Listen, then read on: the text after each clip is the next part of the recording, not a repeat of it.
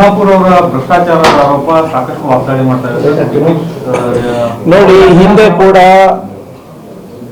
ಬಿಜೆಪಿಯವರು ಇದನ್ನ ಪ್ರಸ್ತಾಪ ಮಾಡಿದ್ರು. ಯಾವುದೇ ರೀತಿಯಾದಂಥ ದಾಖಲೆಗಳು ಕೊಟ್ಟಿಲ್ಲ. ಈಗ ಲೋಕಾಯುಕ್ತದ ಟ್ರಾಪ್ ಅಲ್ಲಿ ಒಬ್ಬ ಆಫೀಸರ್ ಸಿಕ್ಕಾಕೊಂಡಿದೆ, ತನಿಖೆ ಆಗಲಿ. ಬಹಳ ಸ್ಪಷ್ಟವಾಗಿ RB ತಿಮ್ಮಾಪುರ ಅವರು ಯಾರು ಉಪ್ಪು ತಿಂದಿದ್ದಾರೆ ನೀರು ಕುಡಿಲೇಬೇಕು ಅಂತ ಹೇಳಿದ್ದಾರೆ. ಈ ಸೆಷನ್ ಬರುತ್ತೆ, ಸೆಷನ್ನಲ್ಲಿ ಚರ್ಚೆ ಮಾಡಲಿ, ಇವರು ಕೊಡ್ಲಿ ದಾಖಲೆಗಳು. ಏನಾದರೂ ಅದು ಸಾಬೀತಾದರೆ ಒಂದು ಕ್ಷಣನೂ ಕೂಡ ಅವರು ಮಂತ್ರಿ ಸ್ಥಾನದಲ್ಲಿ ಇರೋದಿಲ್ಲ ಅಂತ ಸ್ಪಷ್ಟವಾಗಿ ಹೇಳಿದಾರಲ್ಲ. ಬಿಜೆಪಿಯವರು ಹಿಟ್ ಆ್ಯಂಡ್ ರನ್ ಮಾಡೋದು ನಿಲ್ಲಿಸಬೇಕು. ಇವತ್ತು ನಮ್ಮ ವಿರೋಧ ಪಕ್ಷದ ನಾಯಕರು ಸ್ಟೇಟ್ಮೆಂಟ್ ಅನ್ನ ನೋಡಿದೆ ಪೇಪರ್ಗಳಲ್ಲಿ. 2,000 ಕೋಟಿ 3,000 ಕೋಟಿ ಅಂತ ಅವ್ರು ಯಾವುದೋ ಒಂದು ನೋಷನಲ್ ಆಗಿ ಕೊಟ್ಟಿದ್ದಾರೆ. ಸುಮ್ಮನೆ ಅವ್ರದೇ ಒಂದು ರಾಮಂಗ್ ಒಂದು ಲೆಕ್ಕ, ಕೃಷ್ಣಗೆ ಒಂದು ಲೆಕ್ಕ ಅಂದ್ಬಿಟ್ಟು ಕೊಟ್ಟಿದ್ದಾರೆ. ಇದು ಎಲ್ಲಿಂದ ಬರುತ್ತೆ ಅಂದ್ರೆ, ನಿಮ್ಗೆ ನೆನಪಿದ್ರೆ ಈ 2G ಸ್ಕ್ಯಾಮ್ ಆಗಿದೆ, 3G ಸ್ಕ್ಯಾಮ್ ಆಗಿದೆ ಅಂತ ಹೇಳಿದ್ರಲ್ಲ ವಿನೋದ್ ರಾಯ್ ಅವರು. ಮತ್ತೆ ಪಬ್ಲಿಕ್ ನಲ್ಲಿ ಅಪಾಲಜಿ ಕೇಳಬೇಕಾಗಿತ್ತು ಸುಪ್ರೀಂ ಕೋರ್ಟ್ ಆದೇಶ ಆದ್ಮೇಲೆ. ಅಂತದ್ದು ಯಾವುದು 2G ಸ್ಪೆಕ್ಟ್ರಮ್ ಸ್ಕ್ಯಾಮೇ ನಡೆದಿಲ್ಲ, ಸುಮ್ಮನೆ ಇವ್ರು ಹೇಳ್ತಾ ಇದ್ದಾರೆ ಅಂತ ಪ್ರೂವ್ ಆದ್ಮೇಲೆ. ಹಾಗೆ ಅದೇ ಒಂದು ಪ್ರವೃತ್ತಿ ಬೆಳೆಸ್ಬಿಟ್ಟಿದ್ದಾರೆ ಬಿಜೆಪಿ ಅವರು. ಒಂದು ಲೈಸೆನ್ಸಿಗೆ ಇಷ್ಟು ಅಂದ್ರೆ 10 ಲೈಸೆನ್ಸಿಗೆ ಅಷ್ಟಾಗುತ್ತೆ, 1000 ಲೈಸೆನ್ಸಿಗೆ ಇಷ್ಟಾಗುತ್ತೆ, ಅದಕ್ಕೆ ಇಷ್ಟು ಭ್ರಷ್ಟಾಚಾರ ಮಾಡಿದ್ದಾರೆ ಅಂತ. ಕೊಡ್ಲಿ ಸ್ವಾಮಿ, ಎಲ್ಲ ದಾಖಲೆಗಳು ಕೊಡ್ಲಿ. ಕೊಟ್ಟಾದ್ಮೇಲೆ ಅದೇನಾದ್ರೂ ಕರೆಕ್ಟ್ ಆಗಿದ್ರೆ RB ತಿಮ್ಮಾಪುರ ಅವರು ಸ್ಟ್ಯಾಂಡ್ ಬಹಳ ಕ್ಲಿಯರ್ ಆಗಿದ್ದಾರೆ, ಸ್ಪಷ್ಟವಾಗಿ ಹೇಳಿದ್ದಾರೆ. ಮುಖ್ಯಮಂತ್ರಿಗಳು ಸ್ಪಷ್ಟವಾಗಿ ಹೇಳಿದ್ದಾರೆ. ಸೆಷನ್ ಬರುತ್ತಲ್ಲ, ಮಾತಾಡ್ಲಿ, ಯಾರು ಬೇಡ ಅಂದಿದ್ದಾರೆ. ಆಮೇಲೆ ಬಳ್ಳಾರಿಯಿಂದ ಪಾದಯಾತ್ರೆ ಮಾಡೋದಕ್ಕೆ ಪ್ಲಾನ್ ಮಾಡಿದ್ದಾರೆ ಸರ್. ಜನಾರ್ದನ್ ರೆಡ್ಡಿ ಅವರು ಕೂಡ ಹೇಳಿದ್ದಾರೆ.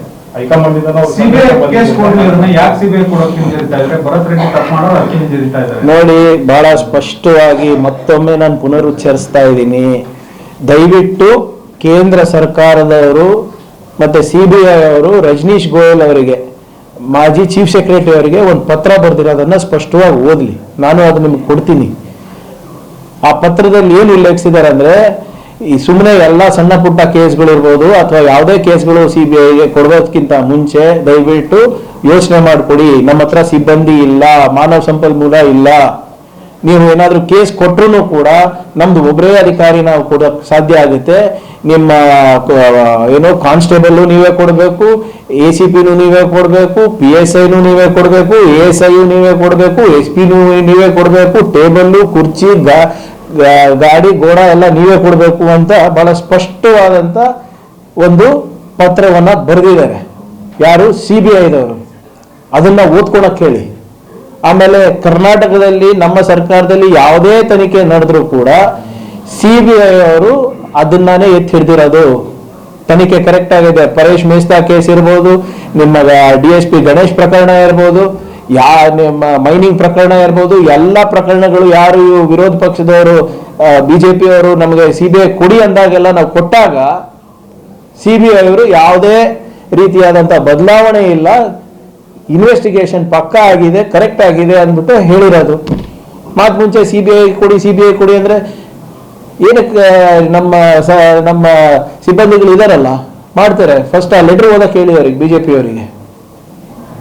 ಎಲ್ಲ ಇಲಾಖೆಗಳಲ್ಲೂ ಕೂಡ ಭ್ರಷ್ಟಾಚಾರ ನಡೀತಾ ಇದೆ ಅನ್ನೋದು ಗಂಭೀರವಾದ ಆರೋಪ. ಅರೆ, ಇದಾಗಿದೆ ಅಲ್ರಿ. 2 ವರ್ಷದಿಂದ ಇದೇ ಹೇಳ್ತಾ ಇರೋದಲ್ಲ, 40% ಸರ್ಕಾರ ಅಲ್ಲ. ಅವ್ರ ಹೇಳಿಕೆಯನ್ನು ನೋಡಿದಿರಲ್ಲ BJP ಅವರು. ನಮ್ದು 40% ಸರ್ಕಾರ ಇತ್ತು ಅಂತ ಅವರೇ ಒಪ್ಕೊಂಡಿದ್ದಾರೆ. ಇದು 50, 60, 70% ಸರ್ಕಾರ ಅಂತ ಕೂಡ ಹೇಳಿದ್ದಾರೆ. ಇಲ್ಲಿವರೆಗೂ 2.5 ವರ್ಷ ಆಯ್ತು. ಯಾವ್ದಾದ್ರು ಒಂದು ಕಾಗದ ಬಿಡುಗಡೆ ಮಾಡಿದಾರಾ? ಯಾವ್ದಾದ್ರು ಒಂದೇನಾದ್ರೂ ಪ್ರೂವ್ ಮಾಡಕ್ಕೆ ಸಾಧ್ಯ ಆಗಿದೆ ಅವರಿಗೆ? ನಾಗೇಂದ್ರ ಅವರು ಕೂಡ ಮಾನ್ಯ ಮುಖ್ಯಮಂತ್ರಿಗಳು ಹೇಳಿದ ಮೇಲೆ ರಾಜೀನಾಮೆ ಕೊಟ್ಟಿದ್ದು. ಇಲ್ಲಿವರೆಗೂ ಅದನ್ನು ತನಿಖೆ ನಡೀತಾ ಇದೆ ಅಲ್ಲ. IT ಹ್ಯಾರಾಸ್ಮೆಂಟ್, ED ಹ್ಯಾರಾಸ್ಮೆಂಟ್ ಇನ್ನೂ ನಡೆದಿದೆ ಅಲ್ಲ ಎಲ್ಲರಿಗೂ.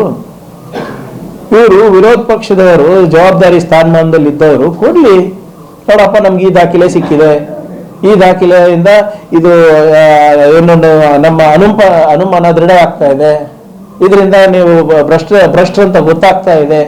ದಾಖಲೆ ಕೊಡ್ಲಿ ಸ್ವಾಮಿ, ಯಾರು ಬೇಡ ಅಂದಿದ್ದಾರೆ? ನಾವು ಸದನ ಕರೆದಿದ್ದೀವಲ್ಲ, ಸದನ ಕರೆದ್ರೂ ಇವರಿಗೆ ಸಮಸ್ಯೆ. ಸದನ ಅಂದ್ರೆ ಒಂದು ವೇದಿಕೆ ಸಿಗುತ್ತಲ್ವ ನಿಮಗೆ, ನಮ್ಮ ರಾಜ್ಯ ಸರ್ಕಾರದ ವಿರುದ್ಧ ಮಾತಾಡಕ್ಕೆ, ದಾಖಲೆಗಳು ಬಿಡುಗಡೆ ಮಾಡಲಿಕ್ಕೆ, ನಮ್ಮ ವೈಫಲ್ಯಗಳನ್ನ ತೋರಿಸ್ಲಿಕ್ಕೆ. ಆದ್ರೆ ನೀವು ಸದನನೂ ಕೂಡ ನಡೆಸಬಾರ್ದು ಅಂತ ಇದ್ದೀರಾ? ಸದನ ನಾವು ಕರೆದಿರೋದು ಅಸಂವಿಧಾನಿಕ ಅಂತ ಇದ್ರೆ ಹೇಗೆ? ನೀವು ಒಂದು ಆಪರ್ಚುನಿಟಿ ಇದೆ ಸ್ವಾಮಿ, ತೋರಿಸಿ ಏನೇನು ದಾಖಲೆಗಳು ಬೇಕಾದ್ರೂ ಕೂಡ ಸದನದ ಮುಂದೆ ಇಡಿ, ಚರ್ಚೆ ಮಾಡೋಣ. ಅಂದ್ರೆ ನಿಮ್ಮ ಸವಾಲನ್ನ ಸ್ವೀಕಾರ ಮಾಡ್ತಾ ಇಲ್ಲ ಸರ್ ಸರ್ಕಾರ, ಯಾಕಂದ್ರೆ ನೀವು ಕೂಡ ಎಲ್ಲಿ ಸರ್ ಯಾವ ಆಪೋಸಿಷನ್ ಅಂತಾರೇನ್ರಿ ಇವರಿಗೆ? ಯಾರಿದೆ ಆಪೋಸಿಷನ್ ಲೀಡರ್ಗಳು ಇಲ್ಲಿ? ನೀವು ಹೇಳಿ. ಸದನ ನೀವು ನೋಡ್ತಿರಲ್ಲ, ಲೈವ್ ತೋರಿಸ್ತಿರಲ್ಲ ಎಲ್ಲರೂ. ಅರ್ಧ ಜನ ಬಾವಿಗೆ ಬೀಳ್ತಾರೆ, ಇನ್ನು ಅರ್ಧ ಜನ ವಾಕೌಟ್ ಮಾಡ್ತಾರೆ.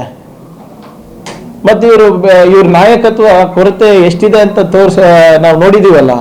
ಬಳ್ಳಾರಿ ಪಾದಯಾತ್ರೆ ಯಾಕೆ ಆಗ್ತಾ ಇಲ್ಲ? ಇನ್ನು ಅವಾಗ ಅನೌನ್ಸ್ ಮಾಡಿದ್ರಲ್ಲ, ಯಾಕೆ ಮಾಡಕ್ ಆಗ್ತಾ ಇಲ್ಲ? ಯಾಕಂದ್ರೆ ಯಾರ ನಾಯಕತ್ವದಲ್ಲಿ ಹೋಗ್ಬೇಕು ಆ ನಾಯಕರ ಜನ ಬೆಂಬಲ ಇದೆಯಾ ಇಲ್ಲ ಅಂತಾನೆ ಅವರಿಗೆ ಅನುಮಾನ ಬಂದ್ಬಿಟ್ಟಿದೆ.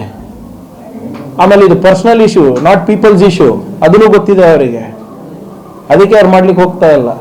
ಏನೇ ಇರಲಿ, ಸದನ ನಡೀತದಲ್ಲ, ಬರ್ಲಿ, ಅಲ್ಲಿ ಎಲ್ಲ ದಾಖಲೆಗಳು ತಗೊಂಡು ಸದನದ ಮುಂದೆ ಇರಲಿ ಅಥವಾ ಜನರ ಮುಂದೆ ಹೋಗ್ಲಿ, ತೊಂದರೆ ಇಲ್ಲ. ಬಿಜೆಪಿ ಸರ್ಕಾರ ಸಾಕಷ್ಟು